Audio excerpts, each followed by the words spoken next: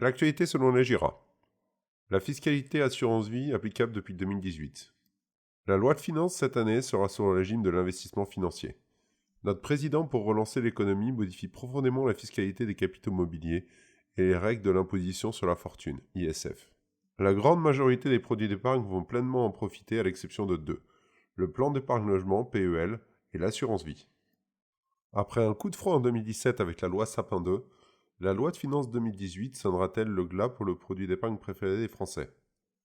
Il semblerait à première vue que l'assurance vie et la fiscalité du PFU ne fassent pas bon ménage. Assurance vie et prélèvement forfaitaire unique. Le prélèvement forfaitaire unique a pour vocation d'être appliqué de manière universelle à tout placement financier. L'assurance vie, qui a pour le moment bénéficié d'un traitement de faveur, semble rentrer dans le rang. Mais cela ne concernera pas tout le monde, bien entendu.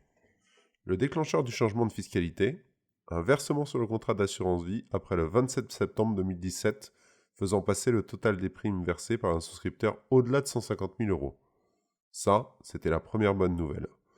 Vous trouverez sur notre site internet un tableau avec les règles de traitement appliquées par les compagnies d'assurance à partir du 1er janvier 2018.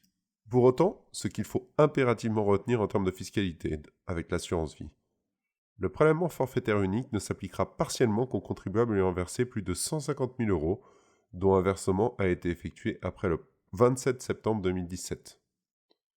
Secondo, la naissance d'un prélèvement forfaitaire obligatoire pris à la source par les assureurs pour tout contrat ayant connu un versement postérieur au 27 septembre 2017.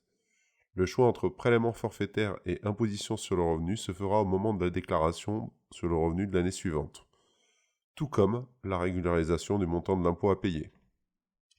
Et enfin, la conservation de l'abattement annuel sur les produits, les plus-values, au-delà des 8 ans, qui est de 4 600 euros pour une personne célibataire et 9 200 euros pour un couple.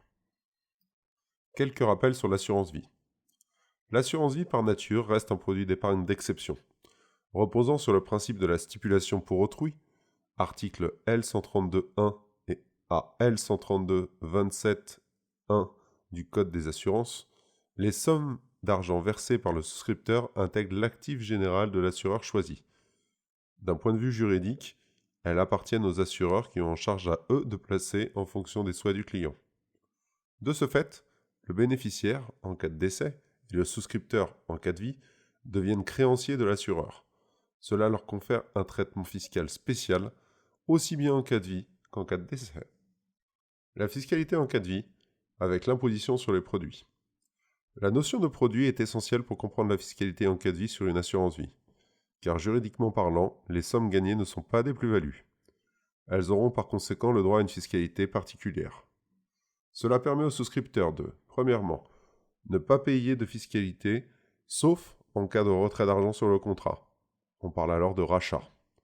Secondo, faire en sorte qu'en cas de changement d'allocation, aussi appelé arbitrage au sein du contrat, ce dernier soit neutre fiscalement. Cela le différencie du compte-titre et des livrets sur ce point. Et pour finir, lors d'un rachat, d'être taxé uniquement sur la quote-part de produit, plus-value récupérée et non sur le capital. Cette quote-part correspond au pourcentage de plus-value présent sur le contrat au jour du rachat. Qu'en est-il de la fiscalité en cas de décès? La fiscalité en cas de décès dépend de plusieurs critères. La date à laquelle vous avez souscrit votre contrat, l'âge de l'assuré au moment de chacun des versements, le montant des primes, ainsi que le capital versé au moment du décès à chacun des bénéficiaires. Par contre, les capitaux versés par l'assureur lors du dénouement du contrat d'assurance vie sont transmis hors succession. Cela revêt deux avantages majeurs. De disposer d'une fiscalité extrêmement favorable pour les versements effectués avant les 70 ans de l'assuré, quel que soit le lien de parenté du défunt et des bénéficiaires. Et même après 70 ans, les versements profitent d'un avantage fiscal avec une exonération totale des plus-values aux droits de mutation. Cela laisse encore la belle place aux seniors pour faire alimenter leur contrat d'assurance vie. Mais aussi de déroger aux règles civiles de succession en termes de réserve héréditaire, dans la limite des primes manifestement exagérées. Ce qui a réellement changé en 2018 avec l'assurance vie. Après un bref rappel technique, voici le temps des conclusions. Rassurez-vous, clairement l'assurance vie gardera toute son attractivité, notamment en termes de fiscalité. En cas de vie, le principal a été sauvé avec la conservation de l'abattement fiscal après 8 ans de détention.